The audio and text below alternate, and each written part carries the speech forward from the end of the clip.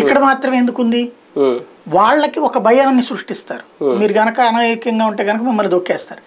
కానీ దానివల్ల లబ్ధి పొందుతోంది వాళ్ళు. వీళ్ళకి ఏం చెప్తారు? ఇదిగో మీరు అందరూ యూనియన్గా ఉండడం వల్లే. కానీ వీడు సంపాదించుకున్న సొమ్ములు ఆడు మింగేస్తున్నాడు. ఇప్పుడు 10 మంది ముఠా 100 మంది ఉన్నారనుకోండి ముఠాలు, వాటాలు 110 వేయాలి.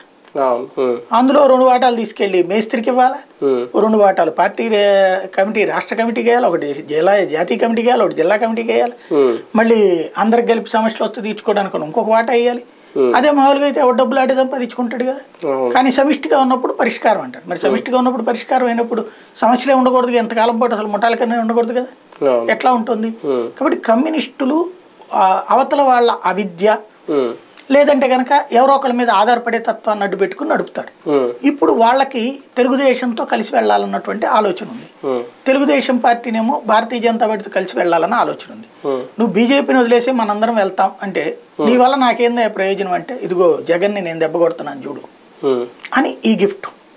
ఇప్పుడు ఈ ఉదంతం తర్వాత జగన్ కూడా నేర్చుకోవాల్సిన పాఠం, జగనే కాదు ఏ రాజకీయ పార్టీ.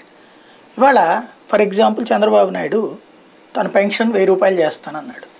200 నుంచి 1000 రూపాయలు ఏకంగా చేశాడు. కానీ చివరిలోకి వచ్చేట్టు కదా అసంతృప్తి అయింది. ఇక అంతే ఉంది 5 ఏళ్ళు. దానివల్ల చివరిలో జగన్ పాదయాత్ర 2000 అనగానే ఒక్క